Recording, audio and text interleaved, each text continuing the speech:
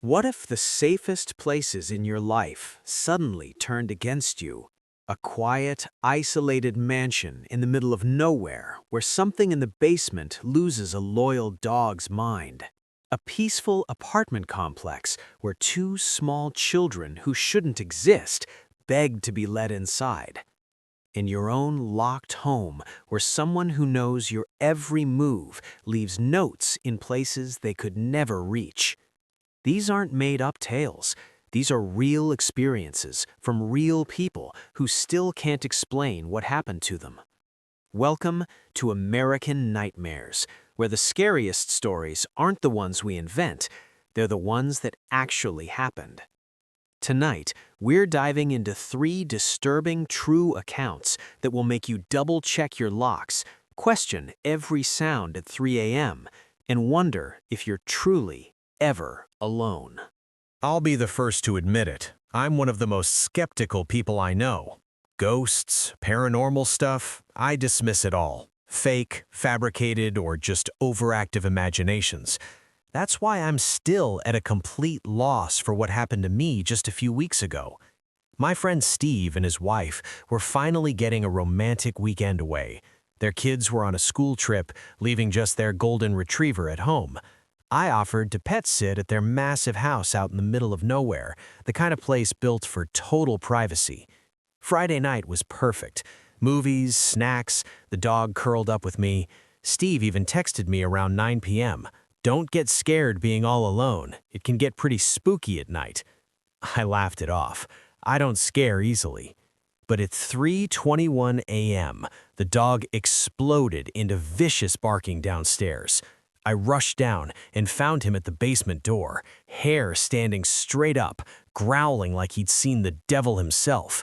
The moment I touched the knob, he lost it completely. I grabbed a knife, turned on the lights, and went down yelling. Nothing. No intruder. Just an unnatural, bone-chilling cold that didn't belong there. The next night, it was worse. The dog didn't just bark, he whimpered and cried the second I grabbed the knob. This time, the basement reeked of something foul. Pictures were knocked over, bar stools thrown to the ground. The smell was so overpowering I couldn't stay long. By morning, smell gone, temperature normal. Dog happily followed me down like nothing ever happened. When Steve returned, I told him everything. He didn't laugh. He went pale and admitted the dog used to do this as a puppy, then suddenly stopped for years. It's been weeks. The dog is fine now, but I can't stop thinking about it. What was down there? Why only at night? And why did it stop the moment Steve came home?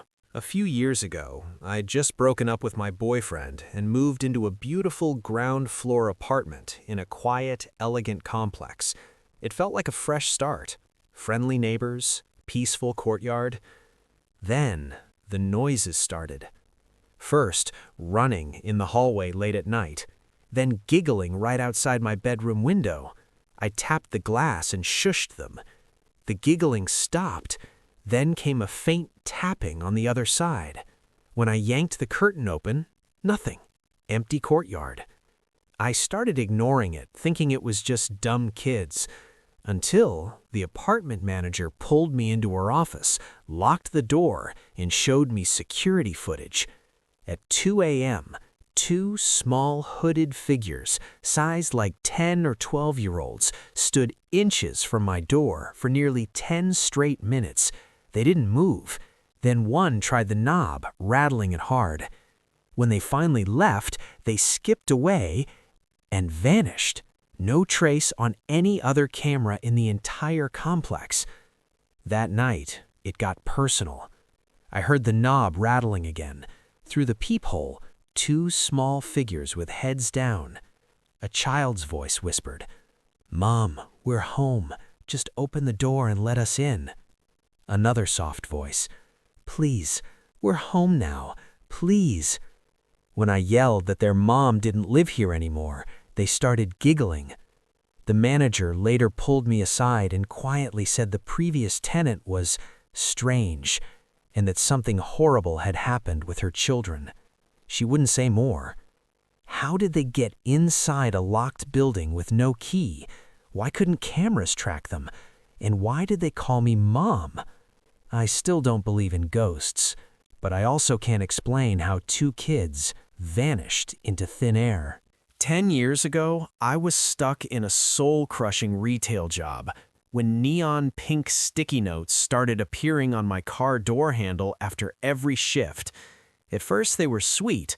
"You're special. Have an amazing day," with smiley faces. It felt nice to be noticed. Then the notes turned flirty. I flirted back on my own note one day. Everything changed when I took a day off. The next morning, a new pink note waited on my car. "You look cute when you're sleeping." Someone had been watching me inside my house. The notes at work turned nasty. "You better answer me. Remember, I know where you live." I left a note threatening to call the police. The next day, my note was gone, and no new one appeared. I thought it was over. Then, in the middle of the night, I heard shuffling inside my locked house. I grabbed a bat, crept down the hallway, and scanned my living room, dining room, and kitchen. Nothing. The next morning, a bright pink note was stuck to my fridge inside the house. "You can't keep me away." Every door and every window was still locked. No one had a key. I changed the locks, installed cameras, stayed with friends, and for months, nothing. Until one morning, over 2 months later, another pink note on my front door. "I guess you don't want to play anymore." Whoever it was had been inside my home while I slept. They could have hurt me that night in the hallway, but they didn't. To this day, I still don't know who it was or why they chose me. Every time I see a pink sticky note, my stomach turns. 3 ordinary people, 3 places that should have been safe, and 3 experiences that still haunt them years later. Do you have an explanation for any of these? Was it something supernatural or something much more human and terrifying? Drop your theories in the comments. I read every single one. If you've got your own American nightmare you've never told anyone, send it in. This channel is for stories exactly like these. Thanks for watching. Stay locked in, and whatever you do tonight, don't ignore the strange sounds at 3 a.m. See you in the next nightmare. Subscribe for more true horror stories that actually happened.